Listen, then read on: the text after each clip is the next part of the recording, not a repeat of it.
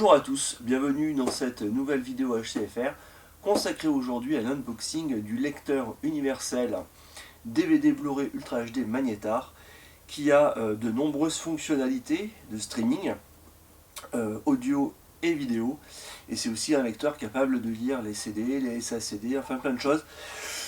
Ça rappelle beaucoup ce que faisait Oppo et c'est pas sans raison. Alors il s'agit de la version unique aujourd'hui de la marque, ils ne font pour l'instant qu'un seul lecteur, de la référence UDP 800 qui nous a été gentiment prêtée par HD Land. On les remercie chaleureusement. Alors on va procéder à l'unboxing. C'est tout frais, je découvre avec vous en temps réel. On va ouvrir ça. On va voir déjà ce qu'il y a dans la boîte.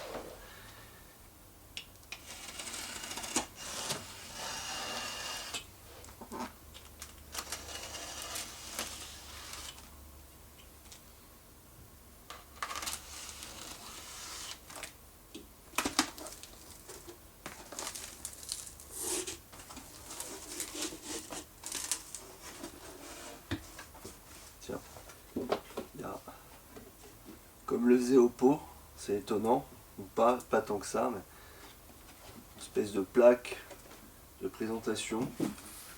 Oppo faisait exactement la même chose, là, par contre ça change. On a un par-dessus en polystyrène.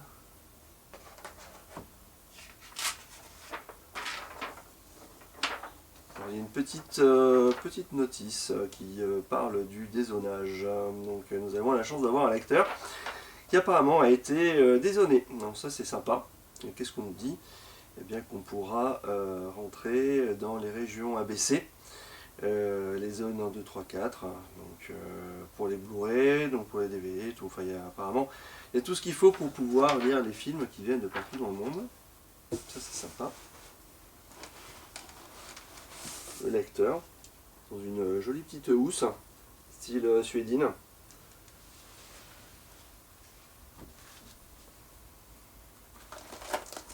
La notice. Qui est en français. Ça, c'est quand même pas mal. Alors, on va vérifier ça. Manuel de l'utilisateur. Bien ça. La notice en français.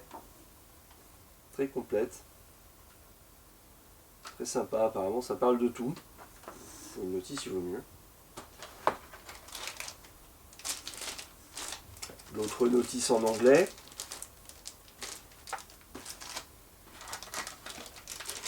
Le câble d'alimentation, sans lequel évidemment le lecteur ne marcherait pas. Une jolie petite télécommande. On verra plus tard hein, si elle est rétroéclairée, si elle fait d'autres petites choses. Enfin, elle est assez sympa. Je dois reconnaître qu'elle est bien faite. On va la sortir. Allez. On va mettre des traces de doigts directement sur la télécommande. Tout est neuf. Hein. Déjà pour voir comment elle est. La prise en main est pas mal. Bon, c'est plein de petits boutons. Moi, j'aurais préféré quelque chose comme le faisait Oppo, hein, un petit peu plus volumineux, avec des touches un petit peu plus grandes. Là, les touches elles sont sympas, mais bon, faut s'y habituer quoi. On va voir après si c'est rétroéclairé pour que ça soit plus facile. Des piles, forcément. Télécommande sans pile, hein, marche pas. Est-ce qu'il y a une surprise là-dessous? J'ai un doute. Hein. À mon avis, c'est fini. Et oui, c'est fini, on a tout vu. Donc, à la différence de ce que pouvait faire Oppo, il n'y a pas de câble HDMI. Bon, pas trop grave. On va juste acheter un câble HDMI. C'est pas ce qu'il y a de plus compliqué à faire. En général, des câbles HDMI, on en a à la maison. J'en veux pas trop à Magnétar d'avoir fait une menu économie sur le câble HDMI. Alors on va sortir le lecteur de sa housse. Belle pochette avec des velcro. C'est sympa parce que ça permet de bien fermer et bien protéger. On découvre le magnifique lecteur.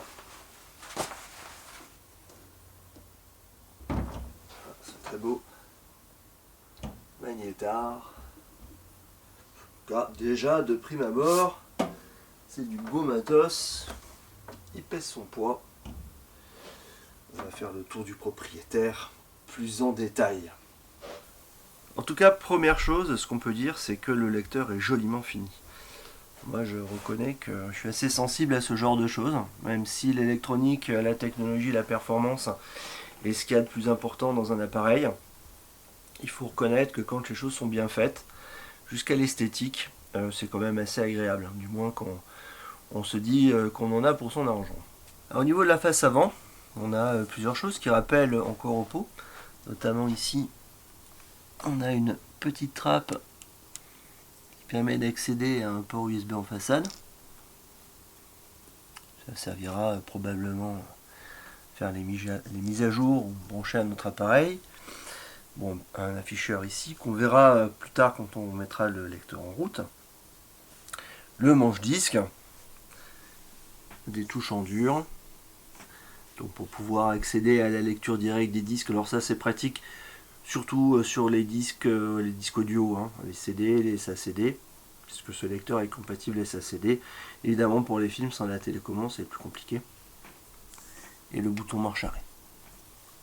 Alors sur la façade arrière on retrouve des choses qui étaient déjà présentes sur les lecteurs Oppo.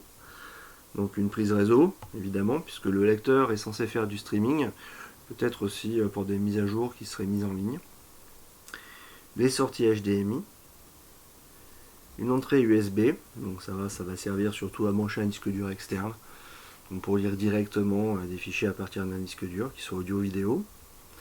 Les prises de sortie audio numérique SPDIF. Donc la coaxiale qui est ici, l'optique qui est ici. Une prise de contrôle par S232, donc pour pouvoir intégrer le lecteur dans ce système domotique complet. Des sorties audio analogiques. Donc on a une paire de sorties XLR, puisque la construction audio de ce lecteur est symétrique, on le verra tout à l'heure. Forcément des sorties asymétriques sur Cinch RCA.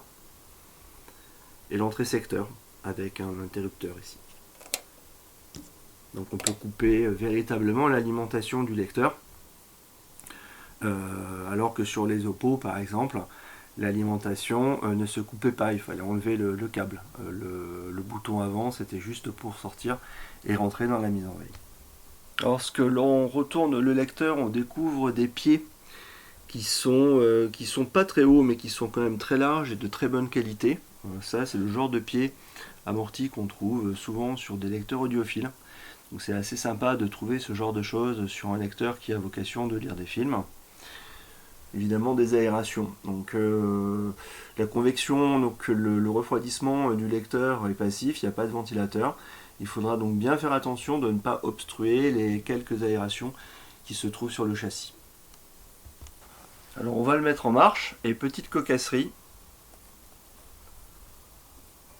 Quand j'allume le magnétar, donc il m'affiche bien magnétar sur son écran, tout qui fonctionne.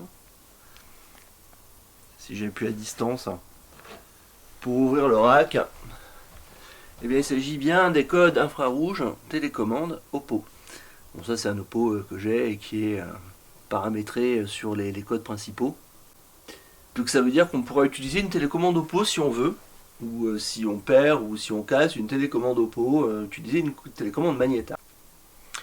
Donc là c'est le magnétar. Il nous affiche nos disques.